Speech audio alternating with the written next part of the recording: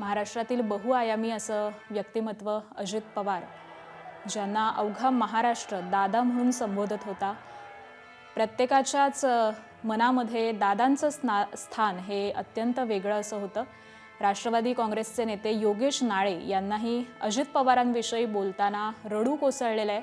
बारामतीमध्ये आता बारामती ही संपलेली आहे, आमचे नेते आता गेले असं वाटतंय, असं नाळे यांची देखील ही प्रतिक्रिया, त्यांची देखील भावना ही समोर येते. आम्ही ह्या गाडीचं नियोजन दादांच्या फॉर्म भरण्याच्या दृष्टीने आम्ही केलेला होता.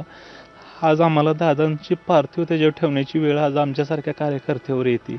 हे आमच्यासाठी खूप दुःखद गोष्ट आहे. आणि जो घडलेला हा विषय आज हे आम्ही मान्य करू शकत नाही की आज हे घडलेलं आहे म्हणून.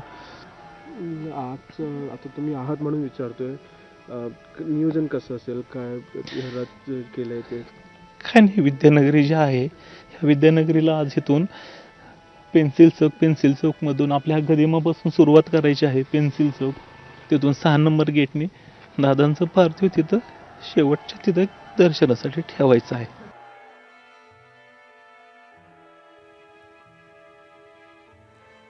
आणि दोन्ही पवार कुटुंबातील दुवा असणाऱ्या अजित पवारांच्या या अकाली एक्झिटनं संपूर्ण पवार कुटुंबाची जणू वीण उचवलेली आहे.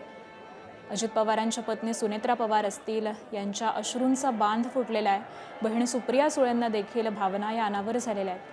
तर ज्या रोहित पवारांनी राष्ट्रवादीची 2 शकलं झाल्यानंतर मोठ्या पवारांचा हात धरलेला होता, मात्र अजित पवारांनी रोहित पवारांवरची आपली मायेची पखरण ही कायमच ठेवलेली होती. कर्जत जामखेडमधल्या रोहित पवारांच्या या विजयामागे अजित पवारांचा मोठा वाटा होता. आणि ही चर्चा आपण अनेकदा रंगलेली पाहिलेली आहे. रोहित पवारांचं सुरक्षा कवच असलेल्या या काकांच्या जाण्यानं पुतणा देखील पुरता कोसळून गेलेला आपण पाहतोय. रोहित पवारांना देखील आपले अश्रू हे लपवता आलेले नाही आहेत. हजारोंच्या संख्येनं कार्यकर्ते हे बारामतीकडे आता धाव घेत आहेत.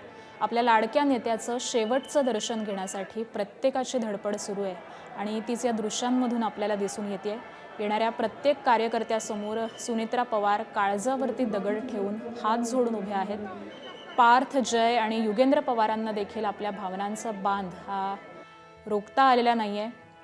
खरं तर राजकारण ते समाजकारण असा प्रवास लीलया पेलवणाऱ्या अजित पवारांच्या या अकाली एक्झिटनं आपल्या हक्काचा माणूस गेलाय. केवळ हीच भावना आज प्रत्येकाच्या मनात आपल्याला दिसतेय. आणि याच शोकाकुल अशा वातावरणामध्ये आज बारामती आहे. सकाळी 11च्या सुमारास अजित पवार यांच्यावरती बारामतीमध्ये अंत्यसंस्कार केले जाणार आहेत आणि आपल्या लाडक्या दादाला, आपल्या लाडक्या नेत्याला निरोप देण्यासाठी हे सगळेजण बारामतीमध्ये आता गर्दी करत आहेत.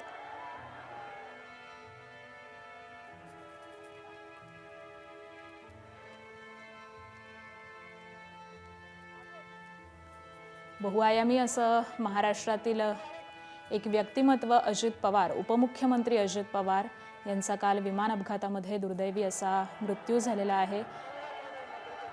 आणि त्यानंतर संपूर्ण महाराष्ट्रच शोकसागरामध्ये बुडून गेलेला आहे.